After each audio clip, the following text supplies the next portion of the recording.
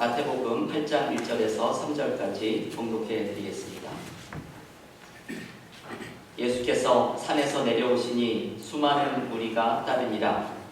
한 나병 환자가 나와 절하며 이르되 주여 원하시면 저를 깨끗하게 하실 수 있나이다 하거늘 예수께서 손을 내밀어 그에게 내시며 이르시되 내가 원하노니 깨끗함을 받으라 하시니 즉시 그의 나병이 깨끗하여 진지라. 아멘. 하나님의 말씀입니다. 대표적인 무신론자이며 또 생물학자인 리차드 더킨스라는 분이 이 하나님이 없는 세상에 대해서 이렇게 이야기를 하였습니다. 그는 말하기를 전자와 이기적인 유전자, 해안 없는 물리적인 힘들과 유전자 복제의 세상에서 어떤 사람은 상처를 받고 어떤 사람들은 운이 좋을 것이다. 당신이 거기서 어떤 이유나 정의도 찾아볼 수 없을 것이다. 우리가 보는 이 세상은 기본적으로 설계도 없고 목적도 없고 악도 없고 선도 없고 오직 잔인한 무관심 뿐이다 라고 그는 이 세상을 바라보았습니다. 하지만 성경은 우리에게 말씀하시기를 전능하신 하나님께서 우리를 돌보시고 우리를 사랑하시고 그리고 우리를 인도하시는 분이시다라고 말씀하고 있습니다. 그래서 존 칼빈은 이야기하기를 믿음이 무엇인가? 믿음이라는 것은 바로 우리가 우리 주 예수 그리스도 안에서 하나님께서는 나를 사랑하시고 나에게 대하여서 선하신 뜻을 가지고 계신다라는 것을 그것을 확신하는 것이 바로 믿음이다 라고 그렇게 그는 정의하였습니다. 여러분들은 오늘 이 아침에 어떠십니까? 예수님 안에서 하나님은 무슨 일이 내게 있던 어떤 환경 가운데 내가 놓여지게 되던 나를 사랑하시는 분이야. 나를 향해서 가지고 계시는 그분의 뜻은 선하셔 라고 하는 그러한 믿음의 확신이 오늘 이 아침에 있으십니까? 내가 건강하든 건강하지 않든 일이 잘 풀리든 잘 풀리지 않든 그것과 관계없이 내가 주님을 믿는 그 믿음으로 말미암아서 하나님은 우리를 인하여 노래하시고 우리를 인하여 춤추시고 그 기쁨을 감당하지 못하신다라고 우리 스바냐서에서 우리 하나님의 마음을 우리에게 말씀해 주셨습니다. 오늘 우리가 읽은 이 말씀은 예수 그리스도께서 마태복음 5장부터 7장까지 그 산상수훈의 말씀을 가르치시고 산에서 내려오시게 되자 그분의 그 영광과 그분의 그 사랑을 제일 처음 경험하게 되었던 사람이 바로 이 한 초라했던 문둥병자인 것을 우리에게 보여주고 있습니다. 지금도 마찬가지겠지만요, 그 당시에 문둥병이 있다라고 하는 것은요, 또 그러한 질병으로 시달린 사람은 하나님은 나를 사랑하시오. 나에게 가지고 계신 하나님의 계획은 모두가 선하셔 라고 이렇게 고백하는 것은 정말 어려운 그러한 상황이었을 것입니다. 그래서 본문 가운데에서 이 사람이 주인공으로 등장하는 것은 참으로 뜻밖의 사건입니다. 1절에 말씀하셨습니다. 예수께서 산에서 내려오시니 수많은 무리가 따르니라. 한 나병 환자가 나와 절하며 이르되라고 말씀하시고 있습니다. 영어 성경에 보니까요, 이렇게 말씀이 되어져 있습니다. Behold, a leper came to him. 이렇게 나오고 있습니다. Behold라고 하는 말은요, 보라라고 하는 표현이지요. 좀 놀라운 상황이라는 말이죠. 전혀 예기치 않은 그러한 일들이 그 앞에 지금 펼쳐지고 있다라고 하는 그러한 표현이지요. 보라. 보기만 해도 한눈에 문둥병자인 것을 알 수 있었던 사람이었습니다. 어쩌면은 10손가락이 다 잘려져 나아가가지고요, 손바닥밖에 남지 않은 그러한 모습으로 주님 앞에 나왔을지도 모르겠고요. 어쩌면은 정말 눈썹도 다 떨어지고 코도 없어졌고 귀도 다 떨어져가지고 얼굴은 그냥 붕대로 칭칭 감고 어쩌면 그냥 허리는 완전히 꼬부라져가지고 지팡이 하나 의지해가지고 정말 보기 힘든 그러한 모습으로 주님 앞에 나아왔을지 모르겠습니다. 하지만 마태는 보라라고 이야기를 하면서 이 한 문둥병자를 주목하고 있습니다. 이 문둥병은 우리 현대 사회에서 나센 헨센스 디지즈라고도 그렇게 일컫는 질병입니다. 오늘날도 매년 한 20만 명 정도의 새로운 문둥병 환자가 발생한다고 하는데요. 그 가운데 한 50%에서 60%는 인도에서 생겨난다라고 합니다. 문둥병은 박테리아 감염으로 인하여서 사람의 그 신경 조직이 죽어 들어가는 그러한 질병인데요. 그렇기 때문에 이 신경 조직이 죽기 때문에요. 문둥병에 걸리게 되면은 감각을 잃게 됩니다. 그래서 이 어떤 것을 하다가 아픔을 느끼지 못하기 때문에 쉽게 몸에 상처가 나게 되는 것이지요. 예를 들어서 어떤 사람이 문둥병이 있는데요. 마포 자루가 있지 않습니까? 그걸로 이렇게 청소를 합니다. 근데 우리처럼 보통 사람이면은 마포대를 갖고 열심히 이렇게 바닥을 밀다가 보면은 좀 불편해지잖아요. 손이 좀 아프기도 하고요. 그러면은 손의 위치를 바꿔가면서 또 다른 손으로도 하고 또 다른 위치를 잡아서 이렇게 우리는 보통 청소를 합니다. 하지만 문둥병이 있는 사람은요, 그런 감각이 없습니다. 그러니까 한번 일을 시작해서요, 끝까지 그냥 그 일을 다 마치는 거예요. 근데 일을 다 끝내고 보니까 손에 구멍이 나는 거예요. 아주 심한 상처를 입게 되는 것이죠. 그래서 그 환부가 썩어 들어가게 되고 곪게 되고, 그래서 나중에는 뭐 손이 절단되든지 뭐 이러한 상황까지 가게 되는 것이죠. 또 어떤 사람이 이럴 수도 있겠죠. 나병이 있으면은요, 이러한 그 문둥병이 있으면은 요리를 하다가 뭐 우리 같으면 뭐 뜨거운데 살짝이라도 되게 되면은요, 뜨거워하고 이렇게 손을 빼지 않겠습니까? 하지만 이런 문둥병에 걸리면 감각이 없기 때문에 그냥 완전히 살이 다 문드러질 때까지 느끼지 못하고, 그래서 아주 심각한 그러한 그 상처를 받게 되는 것입니다. 그래서 이 문둥병은요, 육체적으로 아주 고통스러운 병이었습니다. 심한 상처가 쉽게 나서 피부로 썩어 들어가고 막 이러니까 얼마나 고통스러운 질병이었겠습니까? 또 뿐만이 아니라 문둥병에 걸린다라고 하는 것은요, 아주 정신적으로 아주 괴로운 그러한 고통스러운 병이었습니다. 처음에는 군데군데 살이 옅어지는 그러한 현상으로 나타나지만은요, 나중에는 말씀드린 것처럼 우리가 아는 것과 같이 손가락, 발가락, 손, 귀, 코, 입 뭐 이런 거 다 떨어져 나갑니다. 그래서 이 병은요, 자기에 대한 자아상이 철저하게 파괴되는 그러한 질병이었습니다. 내가 정말 자기 자신이 죽도록 싫어지는 그러한 질병이 바로 이 문둥병이지요. 그렇기 때문에 성경을 우리가 읽다 보면은요, 참 이 문둥병이라는 것이 이 죄의 실상을 우리에게 아주 잘 보여주는 그러한 질병인 것 같기도 해요.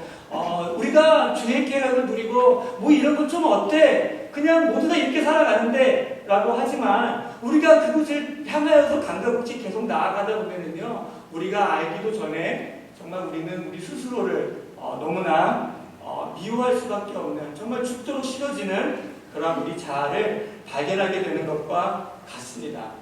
이것은 또 인격적으로 너무나 치욕스러운 그러한 병이에요. 부정스러운 병, 더러운 병으로 알려졌기 때문에 사람마다 정말 문둥병자가 다가오면은요, 그런 사람들은요, 입으로 윗입술을 가리고 우리가 아는 것과 같이 부정하다 말해서 모든 사람으로 하여금 자기를 떠나가게 하는 아주 치욕스러운 그러한 병이었습니다. 레위기 13장 45절의 말씀이 이렇게 나오지요. 문둥 환자는 옷을 찢고 머리를 풀며 윗입술을 가리고 외치기를 부정하다 할 것이요 라고 말하고 있습니다. 또 사회적으로 고립되는 그러한 병이었습니다. 사람이 살지 않는 마을 밖에 외딴 곳에 따로 살아야 되는 그러한 병이었습니다. 사랑하는 사람들, 친구들, 이웃들로 고립되는 걸리는 병이었습니다. 그래서 지독하게 고독한 병이지요. 병이는 날 동안은 부정할 것이요 그가 부정한즉 혼자 살되 진 밖에 살지니라 라고 성경은 말하고 있습니다. 그래서 문둥병에 한 사람이 걸리게 되면요 아무리 믿음이 좋다 할지라도요 아주 영적으로 고갈될 수밖에 없는 그러한 질병이었습니다. 사람들과 어울릴 수가 없습니다. 예배 자리에 나아가지를 못합니다. 그렇기 때문에 하나님께 가까이 나아갈 수 있는, 위로받을 수 있는, 새 힘을 얻을 수 있는 그런 기회가 너무나도 적은 그러한 병이 바로 문둥병이었습니다. 그래서 하나님 앞에 버림받은 느낌을 갖게 하는 그러한 질병이었지요. 하지만 오늘 말씀에 보니까요 말씀하기를 보라 한 문둥병자가 나와 그에게 절하여 가로되라고 말씀이 나오고 있습니다. 근데 이 사람을 보니까요 그 문둥병자이었지만 그가 가지고 있는 믿음이 참 대단하다는 생각을 하였습니다. 겉으로는 너무나 비참하지만 제가 볼 때 이 사람은 참 위대한 사람입니다. 왜냐하면 그는 예수께 나와 주님을 경배했기 때문입니다. 오늘 말씀해 보니까요 그가 엎드려 가로되라고 말이 나오고 있는데요 원래 말에 보니까요 프라스쿠네오라고 하는 단어로 표현을 하고 있습니다. 프라스쿠네오라고 하는 말은요 어떠한 앞을 향하여서 향하다, 향하여 가다라는 뜻이고요. 쿠네오라고 하는 말은요 입을 맞추다, 키스하다라고 하는 그러한 의미의 단어입니다. 그래서 이것이 합쳐져서 앞으로 나아가 입 맞추다, 앞으로 나아가 꿇어 엎드리다, 앞으로 나아가 경배하다라고 하는 그러한 단어입니다.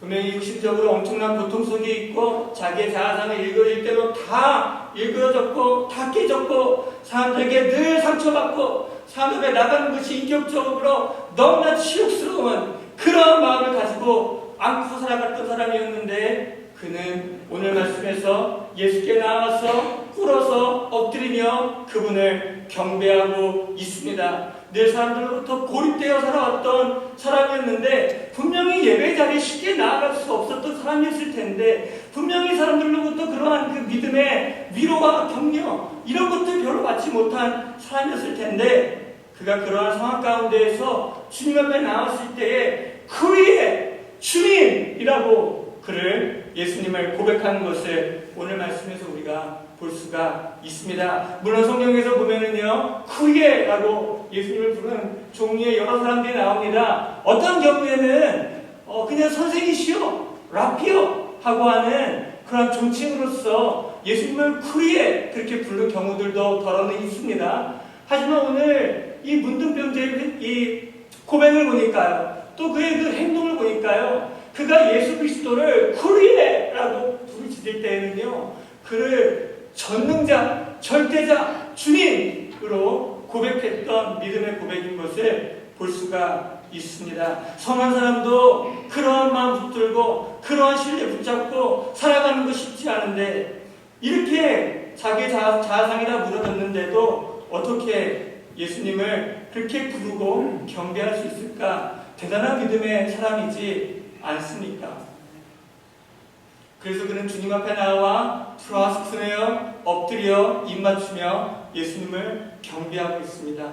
엄청난 고통 속에서도 주님 앞에 나와 무릎 꿇고 프라스쿠네어 크리에 주님 하며 예수님을 경배하고 있습니다. 나의 삶이 다 무너졌는데도요 내가 인생을 살아가는 데 있어서요 일들이 다 내 뜻대로 풀리지 않는데요 그럼에도 불구하고 그러한 주님을 향한 사랑의 마음을 가지고 주님 앞에 나와 고백하며 신뢰하며 그분을 예배하는 것은요 하나님 앞에 참으로 귀하고 아름다운 위대한 믿음입니다. 그래서 오늘 말씀에 보면은요 예수님께서 산상순을 마치시고 산에서 내려왔을 때에 그분의 그 영광스러운 그 사랑을 경험한 첫 번째 그 주인공으로 이 오늘 문둥병자를 우리에게 소개해주고 있습니다. 성경에서는요 이러한 극심한 고통 가운데에서도 주님을 경배한 또 다른 사람이 나오고 있습니다. 그 사람은 바로 욥이었습니다.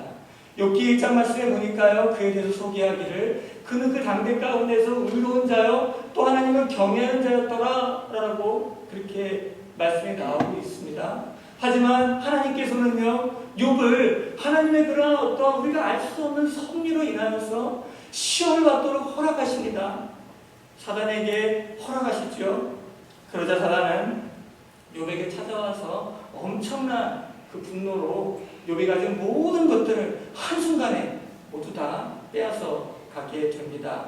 스바 사람들이 쳐들어와서 욥의 소 500마리와 나귀 500마리를 빼앗고 종들 다 죽여버립니다. 하늘이 불에서 떨어져서 한순간에 약 7,000마리를 다 불태워버리고 그곳에 있던 종들을 다 죽였습니다. 또 다른 곳에서 갈대아인이 새 무리를 쳐들어와가지고 낙타 3,000마리를 훔쳐가버리고 또 그들과 함께 있었던 종들 다 죽여버리고요. 그리고 이 모든 이야기를 다 들을 때에 사막에 돌풍이 불어와가지고 마다들의 지배를 닥쳐 아들 7명과 딸 3명이 순식간에 같은 시간에 같은 장소에서 모두 다 죽게 됩니다.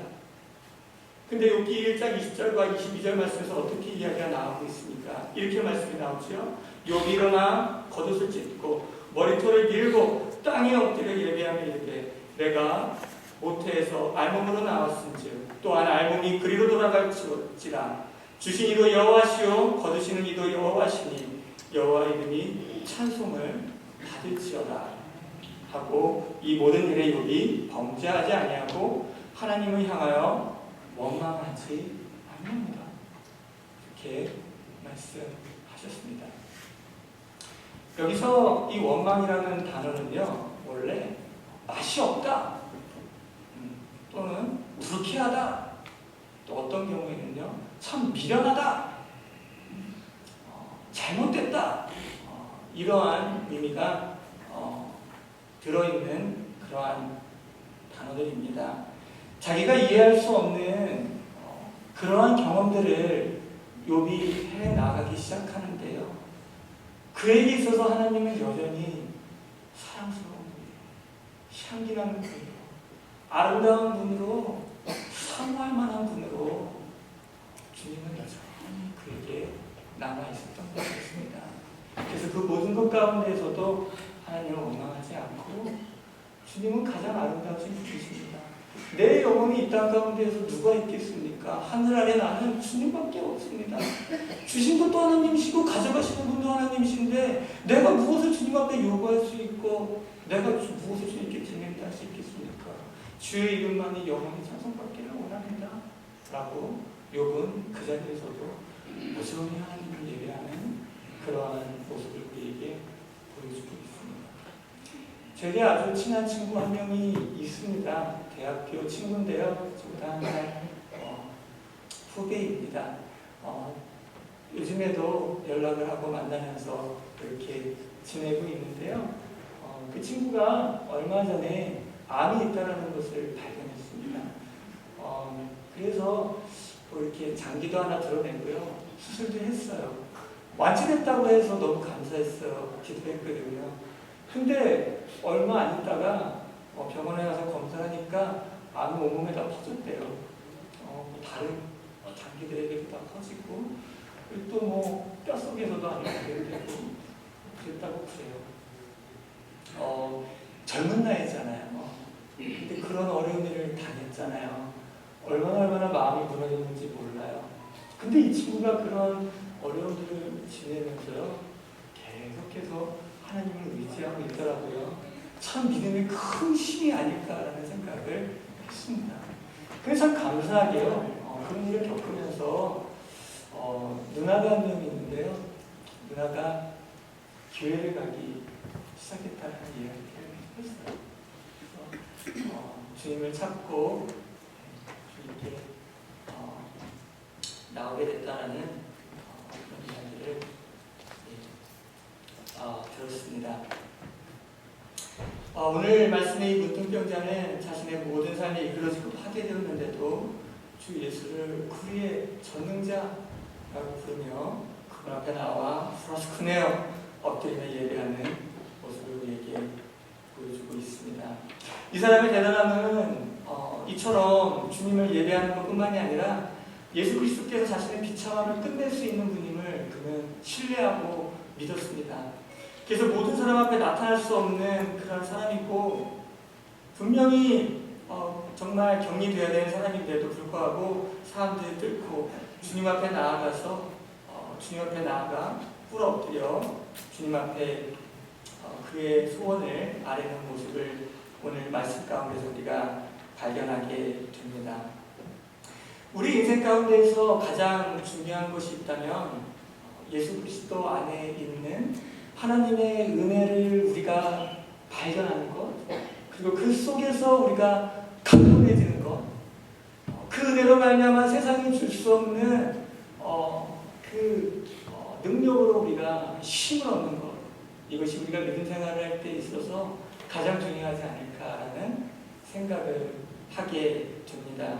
제 인생에 있어서 큰 전환점이 두 번이 있었는데요. 한 번은 제가 고등학교 때 미국에 와서 예수님을 만난 사건이었었고요. 그리고 두 번째로는 제가 신앙생활을 하다가 예수님 안에서 내가 하나님 앞에 그냥 온전히 내 모습 이대로 사랑받고 완전해졌고 의로워졌다는 것, 그것을 깨달은 게 제 신앙생활에 있어서 너무나 큰 전환점을 갖게 하였습니다. 내가 무엇을 하여서 하나님께서 나를 사랑하시는 것이 아니라요, 내가 예수님을 믿음으로 말미암아 내 자체가 그냥 하나님 앞에 사랑스럽고 내가 존귀하고 주님께 기쁨이 된다는 거, 그거를 깨닫고 나니까요, 여러분, 뭘 그렇게 내가 해야 될 게 없더라고요. 내 자신을 프로브할 것도 없고요, 내 자신이 하나님 앞에 사랑스러워지려고 뭘 할 필요도 없고요. 그냥 하나님께서 내가 주님을 믿는다라는 그 믿음 하나 때문에 주님은 나를 너무 기뻐하신다는 것을 제가 깨달았습니다. 얼마 전에 제가 TV를 보다가 어떤 간증을 들었는데요. 오랫동안 안식교회에서 계시다가 막 강의도 막 많이 하시고 건강 세미나 엄청 많이 하셨던 분이세요. 옛날에 80년대 뭐 이때요. 예, 그랬는데 그분이 최근에 들어서 예수님을 만난 거예요. 그래서 안식교회를 떠나고 이제 자기가 어떻게 회심하게 됐는지를 이제 이야기를 하는데 정말 그 복음을 깨달았다는 거예요. 주님 안에 있는 그 칭이 엄청난 사건입니다. 그러면서 제 삶이 정말 자유스러운 거, 자유를 누리는 거, 그게 얼마나 기쁜지 그런 것을 요즘 많이 느끼고 있습니다. 정말 여러분들도 우리 주님 그 은혜 안에 있는, 예수 그리스도 안에 있는 그 은혜 안에서 이 큰 자유를 누리시는 여러분들 될 수 있기를 소원합니다. 근데 이제 제가 마지막으로요, 한 가지 여러분들과 나누고 이제 말씀을 마치려고 하는데요. 이러한 이 문둥병자 주님께 나와서 이러한 모습으로 주님을 고백하고 예배하고 그분의 그 절대성을, 주님 한 분만 만나면 내 인생이 내 모든 슬픔이 날아갈 수 있다라는 그 확신을 가지고 주님 앞에 딱 나왔는데, 그래서 예수님이 딱 그를 만나주시는데요. 오늘 말씀해 보니까요, 주님께서 손을 내밀어 그에게 대면서 이르시되, 그렇잖아요. 내가 원하느니. 그 전에 뭐라고 말했죠? 주님 원하시면 주께서는 나를 온전케 하실 수 있나이다 라고 이렇게 고백을 했습니다. 그때 당시에 문둥병자는요, 말하기를 그런 유대인들의 그러한 글들을 보니까요, 사람이 죽은 자 가운데 살아나는 것보다 더 어려운 일이 문둥병이 치유받는 것이다 라고 사람들이 그렇게 이야기를 하고 여겼습니다. 근데 문둥병이 주님 원하시기만 하면 나를 고치실 수 있습니다, 그렇게 고백을 했어요. 그래서 주님께서 하시는 행동을 보니까요, 손을 내밀어 그에게 대시며 그에게 이르시되 내가 원하느니 깨끗함을 받으라, 그렇게 말씀하시면서 주님이 그를 치료해 주셨습니다. 왜 주님께서는 그를 그렇게 치료해 주셨을까? 말씀만으로도 치료해 주실 수 분명히 있었을 텐데, 뭐 실로암 영원에 가서, 그렇잖아요, 눈을 씻어서 봐라라고 한 것처럼 뭐 어디 연못에 가서, 요단강에 가서 몸을 씻어라 그러면 나을 것이다 라고 하실 수도 있고, 그냥 말씀으로 멀리서 내가 명령하니 깨끗함을 받으라 라고 말씀하실 수도 있었는데, 주님은 그렇게 안 하시고요, 문둥병자에게 와서 손을 얹으시고 만지시면서 내가 원한다, 깨끗함을 받으라 라고 말씀을 하시면서 그를 고쳐주셨습니다. 왜 그랬을까라고 제가 잠깐 생각을 해보았는데요. 이러한 생각이 들었습니다.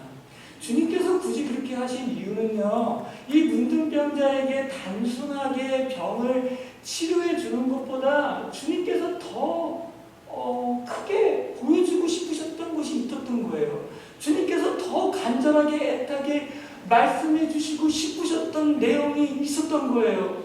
그것이 무엇이냐면 바로 내가 너를 이렇게 사랑해 라고 하는 주님의 그 마음을 주님께서는 전달하고 싶으셨지 않았을까 저는 깨달았습니다. 문둥병자에게 있어서 어느 누구가 행해줄 수 있는 가장 큰 사랑의 표현은요, 가까이 다가와서 사실 이루어진 그러한 형상에 손을 얹는 거죠. 그를 만지면서 내가 너를 사랑해 이렇게 말해주는 거예요. 그것이 바로 이 문둥병자에게 있어서는 그가 느낄 수 있는 가장 큰 사랑이었습니다. 그래서 주님은 그를 만지시며 내가 너를 이렇게 사랑해. 너는 버림받은 게 아니야. 너는 존귀한 하나님의 아들이야. 내가 너를 기억하고 내가 너를 알아 라고 그를 만지시며 그의 사랑을 나타내 주신 것이었습니다. 12월달 저희가 대강절을 지내고 있습니다. 예수 그리스도께서 하나님이신 분이 사람이 되어 이 땅에 오신 그 놀라운 신비한 그 사건을 우리가 기억하며 그 안에서 우리가 주님을 예배하는 그러한 시간들을 우리가 갖고 있는 것입니다. 하나님께서 사람이 되신 사건은요, 우리가 이해할 수 없는 신비입니다. 여러분이 집에 가셔서 어항을 들여다보면서 물고기가 한 마리 있는데 너무너무 사랑하고 싶다라고 표현을 하고 싶은데 가까이만 가면 물고기가 도망가요. 그래서 여러분이 그걸 전해주고 싶어가지고 그냥 하다 안 돼가지고 그냥 물고기가 돼가지고 그 안에 쏙 들어간 거, 그거하고도 비교할 수 없는 그런 낮아지심이 바로 하나님의 사랑이 되신 사건입니다.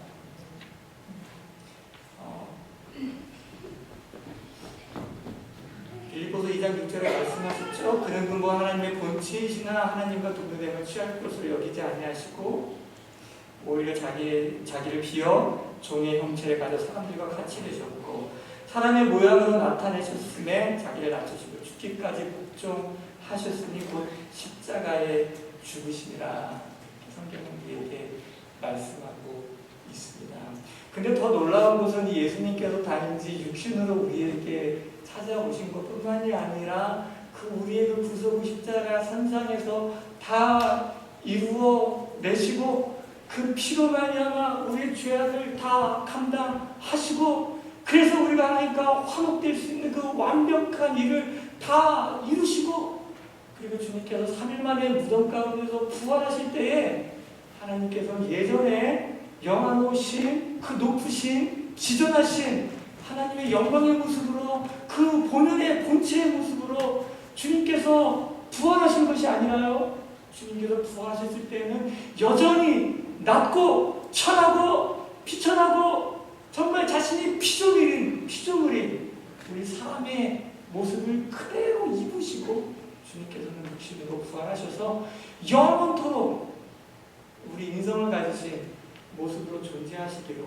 결정하시고 부활하셨다라고 하는 것입니다. 그래서 교부들은 말하기를 이러한 주님의 모습을 보면서 표현하기를 그는 그의 본래 모습으로 남아 있으면서 그가 아닌 어떤 다른 존재가 된 것이다 이렇게 표현했고요. 또 다른 곳에서는 다른 경우는 또 말하기를 그는 자신의 것을 잃어버리지 않으셨지만 하나님으로서 조금도 그 신성을 잃어버리지 않으셨지만 그가 사람이 되셨을 때에 육신으로 부활하셨을 때에 자신이 아닌 다른 것으로 되기 시작하셨다라고 말하였습니다. 오늘 말씀하셨습니다.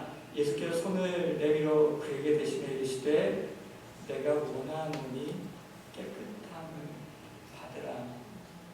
주님께서 원하셔서 사랑하시고 사랑하셔서 죽기까지 사랑하셔서 주님께서는 눈동자와 같은 우리에게 이 천한 육신을 입고 우리에게 찾아와 주셨습니다. 오늘 우리가 주님이 오신 이 계절을 우리가 지내면서 예수님의 그 사랑 안에서 여러분들 향한 하나님의 그 변함없으신 시험할 수 없는 그 놀라운 하나님의 그 무한하신 은혜와 그 사랑을 깨달아가고 또 확신할 수 있는 그러한 저와 여러분 될 수 있기를 주님의 이름으로 간절히 축원합니다.